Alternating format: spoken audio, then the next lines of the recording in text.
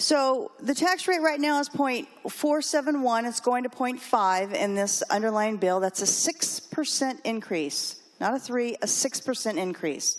Just pennies. And where have we heard just pennies before? We heard it with the CCA. Just pennies. Our people from our district are saying no more taxes. What are you doing with the money is what the question they ask me. We didn't fully fund education. We didn't put $100 million in for police. Where's the money? You know, that's the question that I'm going to be asked when I get back to my district. Where did the money go and why do you need any more? And my gas is going up and my groceries are going up. What are you guys doing with the money? When I write my budget at home, I have to look at how much I have coming in and figure out what to do with it. Last year, my insurances between health care and auto insurances went up by $6,000 per year in 1 year. I didn't come here to the legislature and say, hey, Chief Clerk, I need a pay raise. No, I started making cuts in my budget. I figured out what we didn't need to do and made sure we did what we had to do. Prioritizing the money you have is the right way to write a budget. That's the way this one should be, not write the budget, then figure out how you're going to fund it. This bad bill is about raising a business and occupation tax which will kill jobs and kill business growth and stunt economic commercial activity in our state in the near future and the mid-future and probably the long term. We will end up essentially killing the geese that lay the golden eggs. We will tax these businesses out of our state. I know that a lot of what the underlying bill speaks of is that it's only for larger businesses. This only applies to larger businesses, but that's just not true. It affects our small and mid-sized businesses as well. It's very difficult to tax a business that is on a margin of maybe 1% net profit back to its owner. So you could look at the grocery store, like my family's grocery store, and you could sit there and go, oh my gosh, they're killing it. Look at how busy they are. But you know, if we have a $5,000 day, that's maybe $50 back to us. I think it's important to realize we're talking about gross receipts in the B&O tax. That means we're taxing you on money you made before expenses. And it might look like a lot of money that some of these businesses are making, but at the end of the day, when they pay for all their materials, their labor, their everything, it's not a lot. The underlying bill will raise B&O rates for doctors by 20%. In 2019, doctors saw a 20% increase of their B&O taxes. With this, on the underlying bill, in 6 years, their B&O tax would have gone up 40%. We need to keep our doctors here, not make it more difficult for them to practice. We have a child care crisis.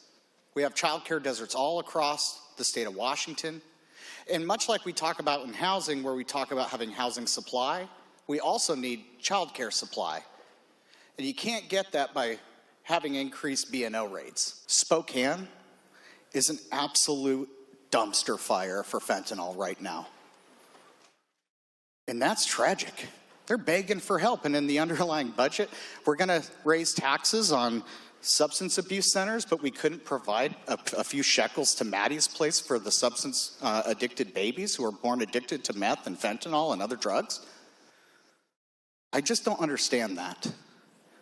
If the purpose was to raise taxes so that we can pay for essential services, then why aren't we paying for essential services? Some of these centers can take away the keys from some of those people so that we can help them and give them a second chance at life. So we could stop the slow motion death in our streets.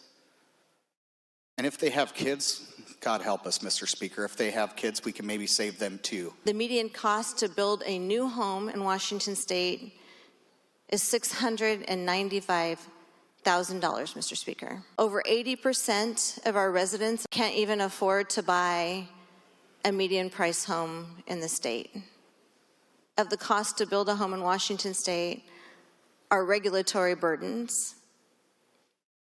permitting fees, costs associated with things the State Building Code Council has put into place. As a matter of fact, the last State Building Code Council update had over 100 new regulations in it for our local builders to follow.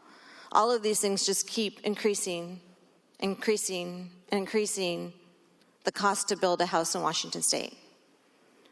Adding to the B&O tax to build a home in Washington State will further drive Washington State families out of the housing market. The effect of this amendment is that it would provide that 5% of the revenue received from this proposed B&O tax increase would go toward the hiring of law enforcement officers.